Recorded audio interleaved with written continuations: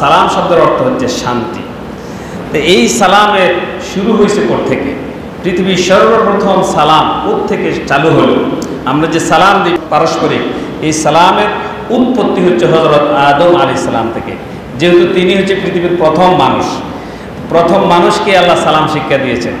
আল্লাহ তাআলা আদম আলাইহিস সালাম যখন বানালেন, আল্লাহ আদমকে বললেন, আদম ওই জায়গায় কিছু ফেরেশতা বসা আছে, তুমি সেখানে গিয়ে তাদেরকে সালাম দাও। তারা তোমার সালামের কি উত্তর দিবে সেটা মনোযোগ দিয়ে তুমি শুনবা, আর সেই উত্তরটা হচ্ছে তোমার এবং তোমার সন্তানদের জন্য উত্তর।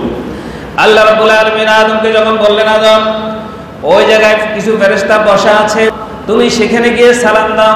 হযরত আদম আলাইহিস সালাম সেখানে গিয়ে ফেরেশতাদেরকে আসসালামু আলাইকুম বলে সালাম দিলেন। ফেরেশতারা সালামের উত্তর দিলেন ওয়া আলাইকুমুস সালাম ওয়া রাহমাতুল্লাহ ওয়া রাহমাতুল্লাহ, ফেরেশতারা বাড়িয়ে দিলেন। আল্লাহ রাব্বুল আলামিন বললেন, আদম ফেরেশতারা যে সালামের উত্তরটা তোমাকে দিয়েছে, এই সালামের উত্তরটা তোমার আর তোমার সন্তানদের জন্য আমি নির্দিষ্ট করে দিলাম। সুবহানাল্লাহ। সালাম প্রথম প্রচলন হয়েছে আদম আলাইহিস সালাম থেকে। তিনি ফেরেশতাদেরকে সালাম দিয়েছেন, ফেরেশতারা উত্তর দিয়েছেন। আল্লাহ এখানে একটা শিক্ষা পর্ব রেডি করে আমাদেরকে জানান দিয়েছেন, হাদিস, যে এইটাই হচ্ছে সালাম। তাহলে সালামের উৎপত্তি হচ্ছে ওইখান থেকে।